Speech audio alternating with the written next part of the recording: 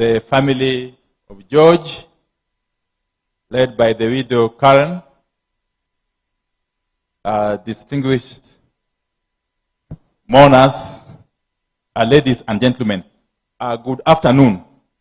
I will be very, very brief, since, as you all know, we have been here for quite some time.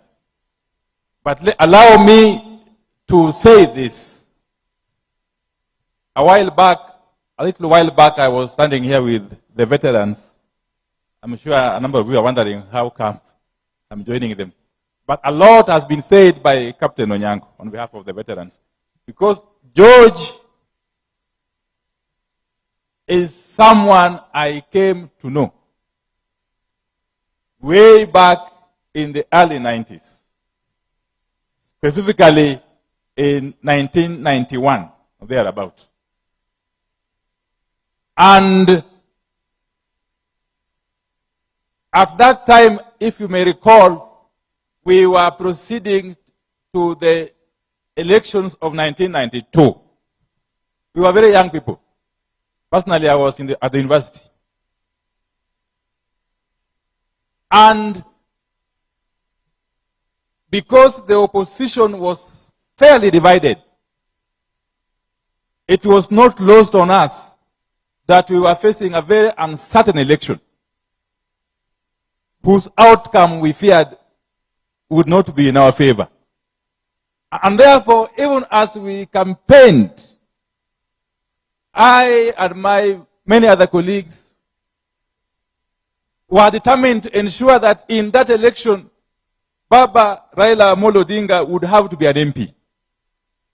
And that's why, and by all means possible, that was our resolution. And that's why we took it upon ourselves to mobilize people properly, to register and do many other things that we did. Because I remember very well in that election, I was a voter in this place, Kongoni Primary School in Nairobi West, where I voted until 2007. I only changed my vote to Ugunja when I was running in 2013. But let me say this. George was always distinguished as a disciplined and humble person, as has been said by many people, by very many people. So we worked very closely with him and his other colleagues.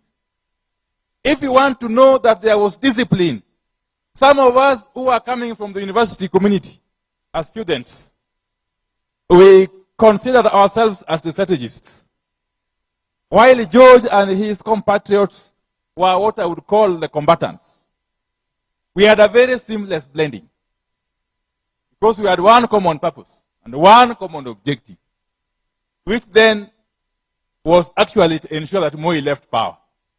So the rest, as they say, is history. But allow me to remember one very slow moment. That was much later now, in 1997, when we are now again approaching the election of that year, which was to be in December. And we had come to the realization that that election again, if reforms were not undertaken, certain reforms are not carried out, Moi was going to steal it again. So there was a movement that was agitating for reforms before that election. And that movement caught fire across the country, and especially in Nairobi. So George was part and parcel of that movement. I remember very well. We had said no reforms, no elections. And it began on the 7th of July that year, a day we called Sabasaba. Come August that same year, we called it Nane Nane, the 8th of August. Previously, Moi had said, and his administration, that no one would step into the Central Park, the one that's currently, I think, rehabilitated by Sakaja. That Central Park was declared a no-go zone by Moi and his people. But because we were young and energetic and raring to go, we challenged him that we shall go there. So in July, we were able to go there, but they dispersed us on July 7th. But come August 8th, Nane Nane we actually stormed there and camped there. It was a very big battle. It was one of the fastest battles that I ever witnessed. And on that single day, there were fatalities. This time round, not just from the progressive forces side, but also from the police. And therefore, Moi embarked on a crackdown, a massive crackdown. And he started by rounding up what they called Raila people. What were Raila? What were Raila? And that's how, I think, on the 10th or so, 2 days later, we found ourselves picked one by one from different places. Later in the evening that day, when I was with my other colleagues at Kilmani police station, George joined us. He was thrown into the cell. That's when I realized this thing is very serious. Because George was then the ADC of Barbers, you know.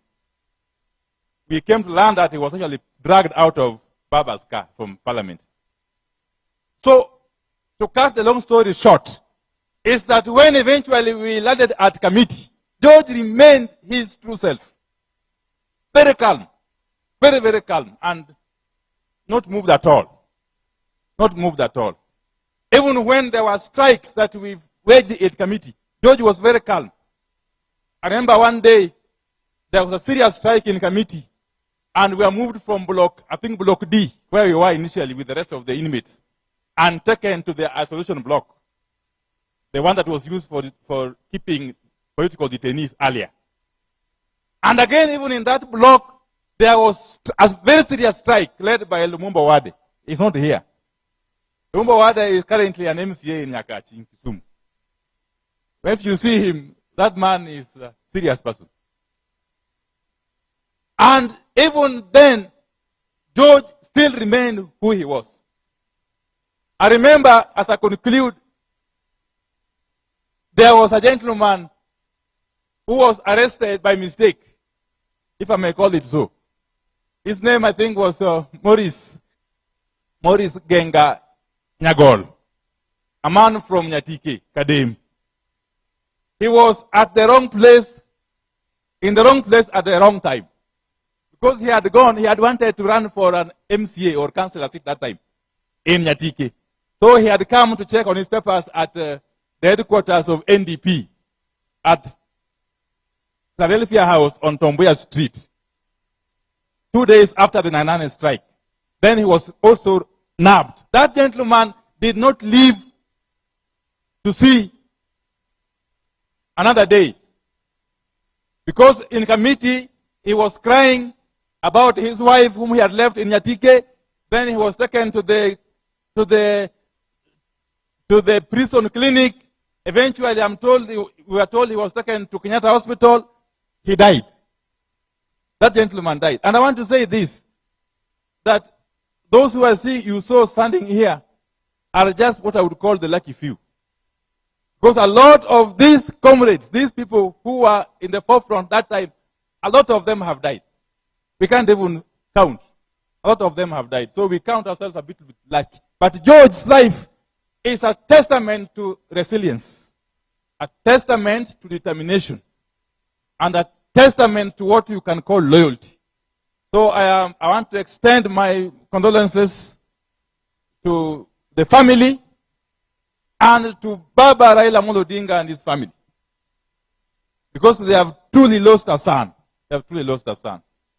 So as we send off George tomorrow in Assembly,